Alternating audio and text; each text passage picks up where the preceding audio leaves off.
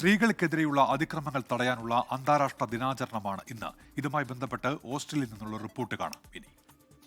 സ്ത്രീകൾക്ക് നേരെയുള്ള അതിക്രമങ്ങൾ ഇല്ലാതാക്കുന്നതിനുള്ള അന്താരാഷ്ട്ര ദിനമായ നവംബർ 25 മുതൽ മനുഷ്യാവകാശ ദിനമായ ഡിസംബർ 10 വരെയുള്ള 16 ദിവസങ്ങൾ വെസ്റ്റേൺ ഓസ്ട്രേലിയയിൽ ബോധവൽക്കരണ ദിനങ്ങളായി ആചരിക്കുന്നു.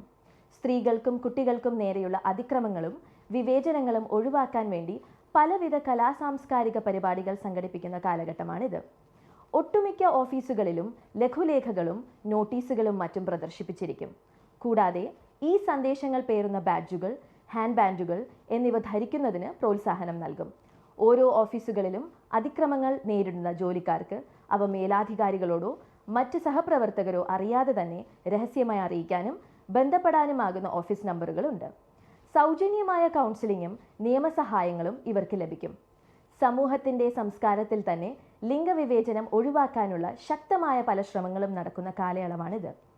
തുടർച്ചയായ ഇത്തരം ബോധവൽക്കരണവും ദിനാചരണവും സമൂഹ മനസാക്ഷിയിൽ മാറ്റം കൊണ്ടുവരുന്നുണ്ട് എന്നത് ആത്മസംതൃപ്തി നൽകുന്ന ഒന്നാണ്. പെർത്തിൽ നിന്നും ചിന്നു ജെറാഡ്, 24 ന്യൂസ്, ഓസ്ട്രേലിയ. ലോകത്തെവിടെയായാലും ഏത് സമയത്തും 24 വാർത്തകളും ഓഗ്മെന്റഡ് റിയാലിറ്റി പാക്കേജുകളും എക്സ്പ്ലെയിനറുകളും വിശദമായി കാണാൻ ഞങ്ങളുടെ യൂട്യൂബ് ചാനൽ നിങ്ങൾക്ക് സബ്സ്ക്രൈബ് ചെയ്യാം.